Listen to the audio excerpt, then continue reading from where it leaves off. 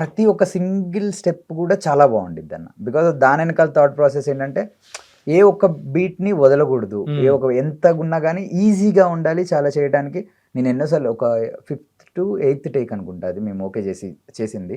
దాని బిఫోర్ చాలాసార్లు ట్రై చేస్తున్నప్పుడు మిస్ అయింది. నేను ఇన్నిటి మధ్యలో వెళ్ళి ప్రతిసారి లీలా మ్యామ్ దగ్గరికి వెళ్ళి మ్యామ్ నవ్వాలి, మ్యామ్ స్మైల్ ఇవ్వాలి. ఆ అమ్మాయి మ్యామ్ పైన ఉన్నారు, సో పైకి వెళ్ళి వచ్చి మళ్ళీ స్మైల్ ఇచ్చి ఒక మూమెంట్ చేయాలన్నమాట. సో దట్స్ బికమ్ వెరీ వాళ్ళ టాలెంట్ అని చెప్పొచ్చు. అమ్మాయి మ్యామ్ బ్యాలెన్స్ చేసిన విధానం, ఆయన హోల్డ్ చేసిన విధానం. కానీ ఏంటంటే ఒక పక్క అంత వెయిట్ అనేది ఇక్కడ పడినప్పుడు కింద కిరీటి గారికి ఆ ఎక్స్ప్రెషన్ మిస్ అవ్వకూడదు. అవును, పైన ఈయన బ్యాలెన్స్ ఆపుకుంటూ ఉండడం అవును, అనేది అవును, అవును. శ్రీలీల గారి ఫేస్ లో కూడా ఎక్స్ప్రెషన్ మిస్ అవ్వకూడదు. అవును. ఆ రెండు భలే మ్యాచ్ చేసేవారు. ఇది 8th టేక్ అదే 8th or 6th or 8th take, 5 to 6 8th టేక్లో అయిపోయింది. అదే నాలాంటోడు అయితే అసలు చేయలేడు తెలుసా నాకు.